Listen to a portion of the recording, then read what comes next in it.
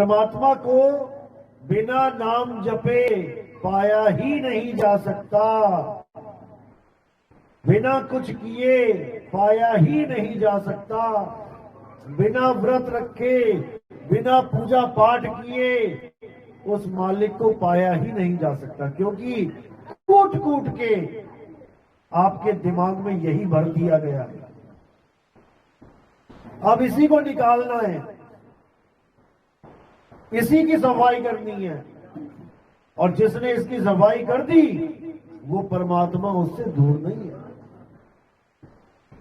तो साहिब ने पूरा निबेड़ा किया कि कैसे वो मालिक मिलेगा, अच्छी तरह समझ लो। साहिब कहते हैं पहले तो ये समझ लो कि परमात्मा कहीं दूर नहीं है। उसको पाने के लिए किसी कैलाश पर्वत पे जाने की, किसी गंगा में नहाने की, कहीं तीर्थ मूर्त कुछ भी करने की जरूरत नहीं है। घर से बाहर निकलने की भी जरूरत नहीं है। अगर गुरु धारण कर लिया तो घर में बैठे परमात्मा मिलेगा। लेकिन कैसे मिलेगा? तब मिलेगा जब हम उसकी खबर पाएंगे। वो परमात्मा है कहां? साहिब कहते हैं मोको कहां ढूंढे रे बंदे, मैं तो तेरे पास में। पहले तो ये समझ लो कि वो चीज तुम्हारे पास है। जिसको तुम ढूंढना चाहते हो वो तुम्हारे पास है। अगर कोई ये कहे कि काशी आना पड़ेगा, वहां मिलेगा परमात्मा, तो समझ जाना भरमा दिया तुम्हें तुम्हारे गुरु ने। अगर कोई कहे काबा जाना पड़ेगा, मक्का मदीना जाना पड़ेगा तो मिलेगा परमात्मा, समझ जाना भरमा दिया तुम्हें। और अगर कोई ये कहे कि सतलोक जाना पड़ेगा, अलख लोक, अगम लोक, अनामी लोक जाना पड़ेगा, समझ जाना तब भी तुम्हें भरमा दिया गया। क्योंकि परमात्मा किसी सतलोक में नहीं बैठा है, किसी अनामी लोक में नहीं बैठा है। वो जहां बैठा है वहां की तुम्हें खबर ही नहीं है। लेकिन कबीर साहब समझाते हैं, ज्यों तिल माही तेल है और ज्यों चकमक में आग, और तेरा साई तुझ में है, जाग सके तो जाग। तेरा साई किसी सतलोक में नहीं बैठा है। जो कोई गुरु आएगा अंत समय में तुझे लेके जाएगा सतलोक में, ये सब भरमजाल है, ये सब माया का खेल है, ये सब काल का जाल है। साहिब ऐसा नाम देते हैं कि परमात्मा प्रगट हो जाता है तुम्हारे ही अंदर, तुम्हारी आत्मा में विराजमान है वो, ना कि तुम उसे ढूंढने जाते हो कहीं पे। साहिब कह रहे कस्तूरी कुंडल बसे, मरग ढूंढे बन माही, और ऐसे रमता राम है ये दुनिया जाने ना है। वो रमता राम हम सब में रमा हुआ है, हम उससे जुदा हो ही नहीं सकते। नानक साहब ने तो यहां तक कह दिया गुरु ग्रंथ साहब में कि आत्म में राम, राम में आत्म, चीनस गुरमुख विचार। कि अगर परमात्मा को जानना है वो कहां है, तो अपनी आत्मा में ढूंढो। लेकिन आत्मा में कैसे ढूंढे? पहले तो यही पता लगे कि आत्मा है क्या, आत्मा होती कैसे है। क्योंकि हम अपने आत्म स्वरूप को भूल गए हैं। हमें याद ही नहीं है कि हम आत्मा हैं। संत महात्मा आके हमें याद दिलवाते हैं कि तुम शरीर नहीं, तुम आत्मा हो। क्योंकि हम अपने आप को शरीर मान बैठे हैं। कुछ लोग अपने आप को आदमी मान बैठे हैं, कुछ लोग अपने आप को औरत मान बैठे हैं, लड़की मान बैठे हैं। जबकि आदमी और औरत दोनों शरीर हैं। किस चीज के बने हैं ये शरीर? 5 तत्वों के बने हैं। हवा, पानी, आग, आसमान और धरती। इन 5 तत्वों का ये शरीर बना है, आदमी का भी औरत का भी। तो तत्व रूप में तो दोनों समान है। 5 तत्वों को अलग अलग कर दो तो दोनों एक ही रूप हो जाएंगे। जैसे मिट्टी का ही घड़ा बनाया उसको आदमी मान लो, और मिट्टी की ही सुराही बनाई उसको औरत मान लो, तो है तो दोनों मिट्टी, केवल देखने में लग रहा है कि ये घड़ा ऐसा होता है और सुराही ऐसी पतली होती है। केवल देखने में तुम्हें आदमी और औरत अलग अलग दिखाई दे रहे हैं, ये है मिट्टी ही। घड़ा और सुराही एक ही मिट्टी के, दोनों को फोड़ दो, पीस दो, दोनों मिट्टी हो जाएंगे। ऐसे ही एक आदमी और एक औरत को मिक्सी में डाल के घुमा दो जरा, दोनों एक हो जाएंगे, पहचान भी ना पाओगे कि कौन सा आदमी का कौन सा औरत का। ऐसी चटनी बन जाएगी दोनों की। लेकिन तुम वो शरीर नहीं हो, तुम एक आत्मा हो, तुम अजर अमर अविनाशी आत्मा हो, लेकिन तुम अपने आप को भूल गए हो। तुम्हें अब ऐसा गुरु चाहिए जो तुम्हें ये बता दे, जो तुम्हें ये बोध करवा दे कि तुम एक आत्मा हो, तुम शरीर नहीं हो। तुम्हें ऐसा गुरु नहीं चाहिए जो तुम्हें आत्म ज्ञान के नाम पे मंत्र ज्ञान पकड़ा दे कि आदमी आया, गुरुजी मुझे मुक्ति चाहिए, ले बेटा तू मंत्र ले ले।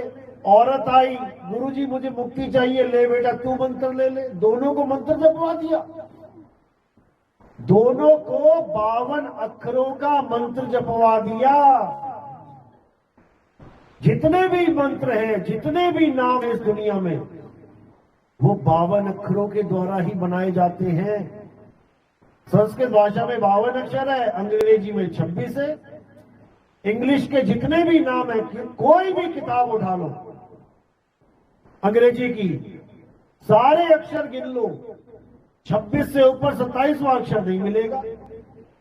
एबीसीडी ही घुमा घुमा के लिखी गई है, पूरी ग्रंथ लिख दिए इसी एबीसीडी को घुमा घुमा के, सारे ग्रंथ लिख दिए इन्हीं 52 अक्षरों को घुमा घुमा के। लेकिन वो आत्म ज्ञान कोई नहीं लिख पाया। 52 अक्षर लिखे, 52 अक्षरों से ही सारी दुनिया का पवित्र ज्ञान भागा गया। लेकिन मूल ज्ञान वो 52 अक्षर का खेल नहीं है। इसीलिए कबीर साहब ने बोला, 52 अक्षर जोरे आन, सकिया न अक्षर एक पहचान। उस एक अक्षर आत्मा को कोई नहीं पहचान पाया, और सबके सब 52 अक्षरों में ही उलझ पुलझ के मर गए। सतयुग बीत गया, त्रेता बीत गया, द्वापर बीत गया। क्या करते आए आज तक हम लोग? यही करते आए जो आज कर रहे हैं। जंतर मंतर तंत्र तीरथ मूरत व्रत, यही सब करते आए हैं। तो क्या इनसे मुक्ति हो गई? आज भी यही के यही बैठे हैं कलयुग में। और अगर फिर से वही कुछ किया जो तीनों युगों में किया, तो फिर से यही बैठे मिलेंगे। बस परिवार बदल जाएंगे, शक्लें बदल जाएंगी, ऐसे ही बैठे मिलेंगे यहां पे। इसीलिए कबीर साहब कह रहे हैं, अब वो गलती मत करना, अब वो गलती मत करना जो तुमने पहले कर दी है। कौन सी गलती करी है? परमात्मा को ना जानकर परमात्मा के 52 अक्षरी नाम जपने की गलती करी है। पानी को ना जानकर, पानी को ना पीकर, पानी के बने बनाए नाम जो इंसानों ने बनाए हैं, उन नामों को जपने की गलती करी है, प्यासे मर जाओगे। पानी पानी जपते जपते प्यासा ही मर जाएगा, लेकिन वो मौला हाथ नहीं आएगा। इसीलिए अब बावन के जाल को तोड़ो।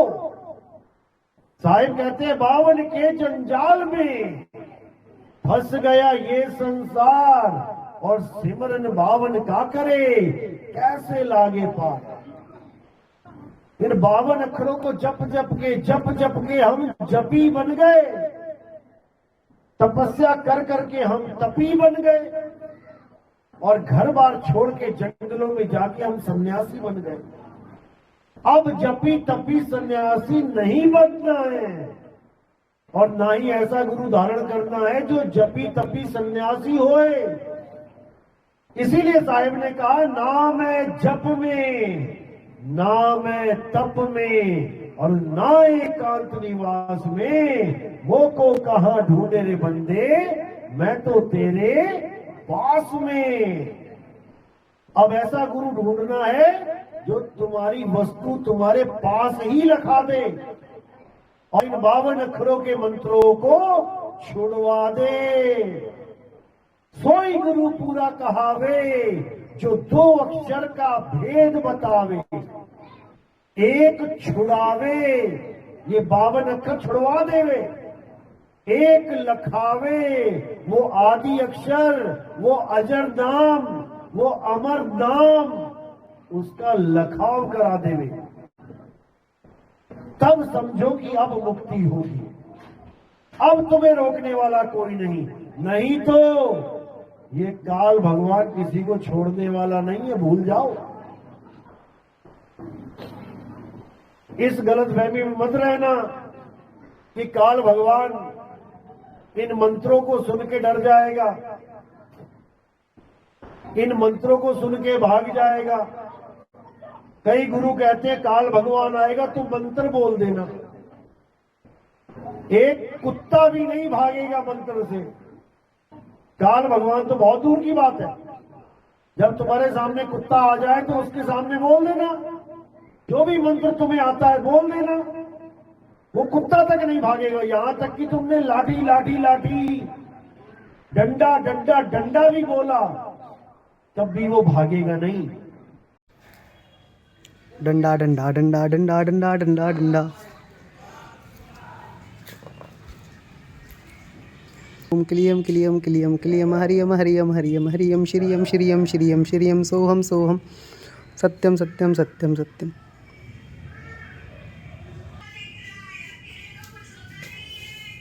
ये है वस्तु, और ये दिखाई, और ये भाई साहब भाग लिए।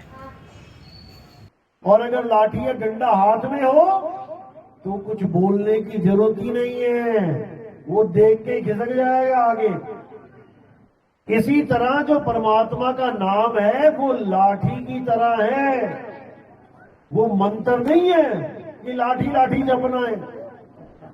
वो शब्द एक वस्तु है, वो शब्द कोई अक्षर नहीं है जो जपना है। तो साहिब कहते हैं बचना चाहो काल जाल से, चीनो शब्द हमारा, और कहे कबीर अमर कर राखूं, जो निज होए हमारा। जो मेरा हो गया, 100% मेरा हो गया, उसे ये काल नहीं पकड़ सकता। और जो मेरा नहीं हुआ, जो 52 अक्षरों को ही मान के बैठ गया, जो जंत्रों मंत्रों तंत्रों को ही पकड़ के बैठ गया, वो मेरा नहीं हुआ, वो मेरा हंस नहीं है, क्योंकि उसने निबेड़ा किया ही नहीं नीर और शीर का, सच और झूठ का। तो साहिब कहते नीर शीर का करे निबेड़ा, और कहे कबीर सो हंस है मेरा।